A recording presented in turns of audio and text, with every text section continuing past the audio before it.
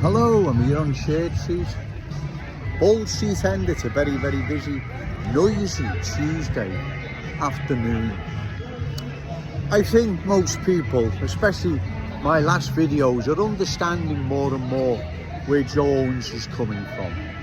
Yes, small numbers of new arrivals coming into our city, regardless what culture they live by, wouldn't matter if the numbers were small.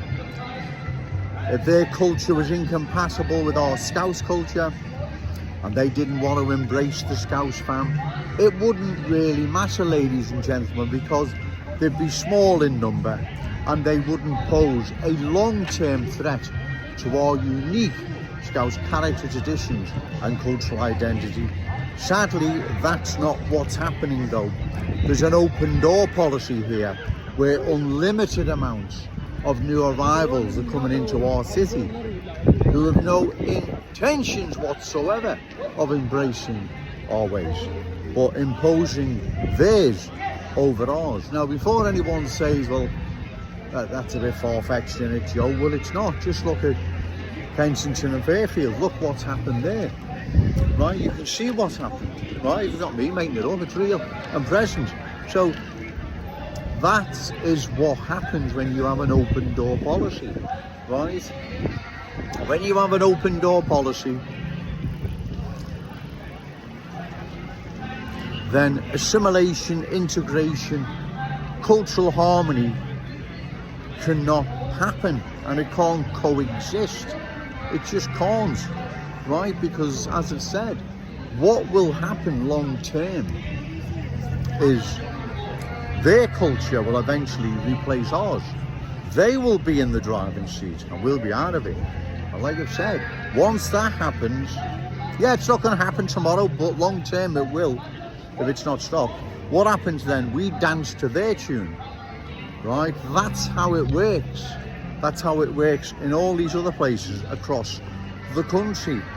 Bradford, Bolton, Burnley, Rochdale, Oldham, Bury, Keighley, Halifax, Rotherham. I mean, the list is endless. I could go on and go on and go on. Those places that have experienced cultural change, the tune they dance to is the tune of the new arrivals, their culture, their ways, beliefs, values, right? That's what is happening in those places I've mentioned and many others I haven't.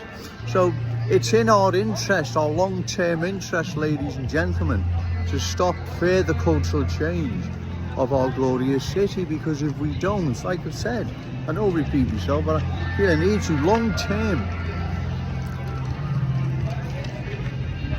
it poses a threat to our Scouse culture. Now, that Scouse culture is now already being, what's the word for it? It's being impacted upon in, say, if that's the right word, in Kensington and Fairfield. No one can say that it hasn't been, it is. Right? When you go through Kensington and Fairfield, do you immediately recognise how Scouse that community is? Oh my God, these new arrivals have brought such Scouse culture to Kensington and Fairfield. We need more. Of course you don't. You know quite well you don't, right? They've changed Kensington. They've changed another long-standing proud Scouse communities. Breck Road, County Road, Walton Road, West Derby Road, Prescott Road, and so on and so on, right? They are being changed, right? So, like I've said before, I'll say again, small numbers of new arrivals would never have been a problem in our glorious city.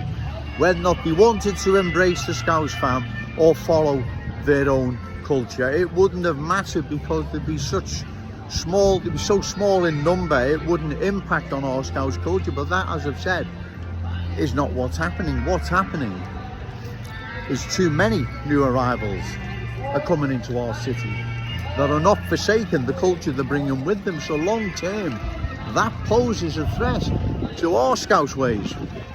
Exactly how it posed a threat to, say, Cockney culture. Cockney culture's now gone and been replaced. No more Cockney sparrows fly over London, and we all know why. And the same is now happening to our glorious city, right? And we must oppose this, right? We must oppose it. Because like I've said, if we don't long term